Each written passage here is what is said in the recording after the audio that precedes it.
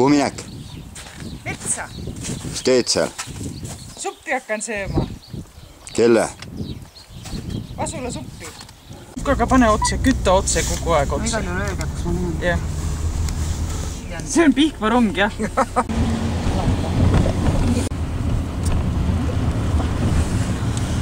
Ina on sinnapoole, hakkame linnapiirist välja jõudma. Jah, nii et me oleme täitsa teel. Okei, kui ma ette jään, siis mis selle bussipeatuse nimi oli? Sa tukkasid ja Vasula peale keerame ära, kui ütleb, et on Vasula peale vaja keerata ja siis sõidame Õunaaia bussipeatusest mööda ja siis keerame kohe siia paremale. Oleme Vasulas. Reed pool. 2. Õunaaia bussipeatus. Keerame vist paremale. Nüüd kütasid majast mööda. Siin peakski Merle elama siin kullases mööda. Ütles, et sõida majast mööda. Piuks. Verekoer.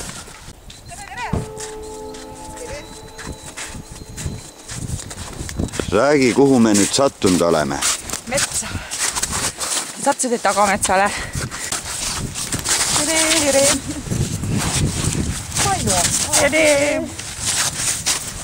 Meil on selline väike traditsioon, et talviti või siis, kui metsast tuld võib teha, siis meie mehed annavad naistele pühapäeviti köögist vabupäevi ja siis nad teevad alati niimoodi külakorda suppi. Siis me siin lähikonna majad siis tuleme metsa suppi sööma pühapäevati. Teevad seda tihti iga pühapäev? Iga pühapäev, jah. Kui ei juhtu nii olema, et mingil põhjusel kedagi kodus ei ole. Aga see talv on ära jäänud 2 korda ainult. Nii et iga pühapäev.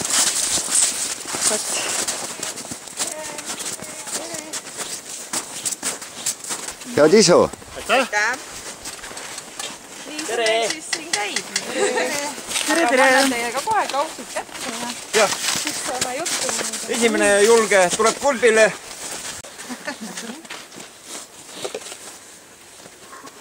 Me arutlesime. Kes on peakokk? Peakokk on praegu see.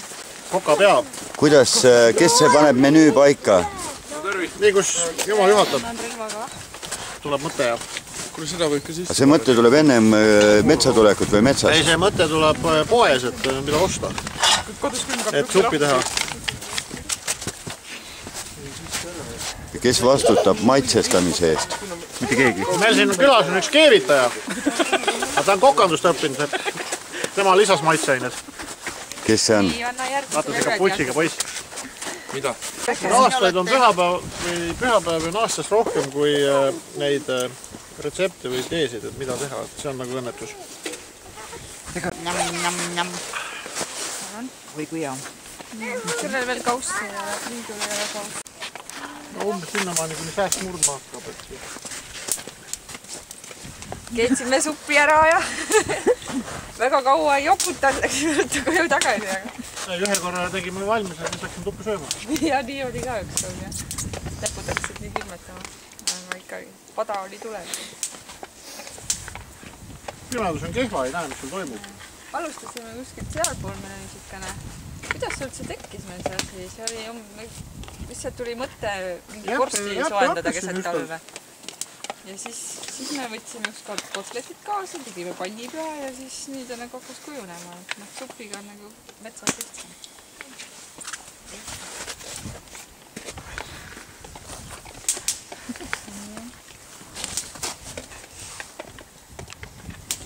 Ja nii kui külmale uuesti läheb, siis olete jälle metsas tagasi, jah?